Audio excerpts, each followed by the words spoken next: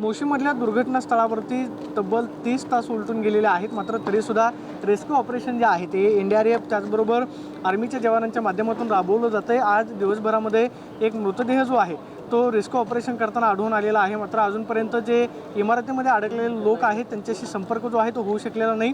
हेलिंगच्या मदतीनं NDRFच्या जवानांनी आतून काय प्रतिसाद येतोय का हे सुद्धा काही वेळापूर्वी पाहिलं, मात्र लाईट असेल त्याचबरोबर डॉग स्क्वॉडच्या मदतीनं सुद्धा आतल्या लोकांशी संपर्क साधण्याचा प्रयत्न केला, मात्र अजूनपर्यंत आतल्या लोकांशी संपर्क होऊ शकत नाही। त्यामुळे आता शेवटी प्रशासनाने निर्णय घेतलेला आहे की जी इमारत पडलेली आहे त्याचा भाग जो आहे तो एक एक मजला करत तोडला जातोय।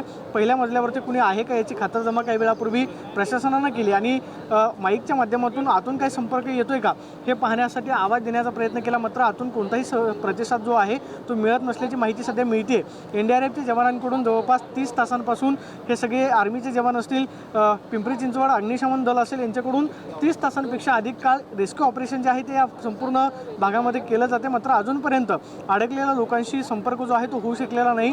त्यामुळं रात्रभर हे रेस्क्यू ऑपरेशन जे आहे ते असं सुरू राहणार आहे, मात्र 30 तासांपेक्षा अधिकचा वेळ जो आहे तो रेस्क्यू ऑपरेशनसाठी लागलेला आहे। अजूनही ऑपरेशन सुरू असलेलं पाहायला मिळते, मात्र आता अडकलेल्या लोकांशी थोड्या वेळानंतर संपर्क होतो काय पण महत्त्वाचं असताना मात्र 30 तासांपासून आपण पाहतोय की घटनास्थळावरती हे रेस्क्यू ऑपरेशन जे आहे दुसऱ्या दिवशी सुद्धा आपल्याला पाहायला मिळतं। कॅमेरापर्सन विकी चव्हाण, प्रदीप कापसे, TV9 मराठी, मोशी, पुणे।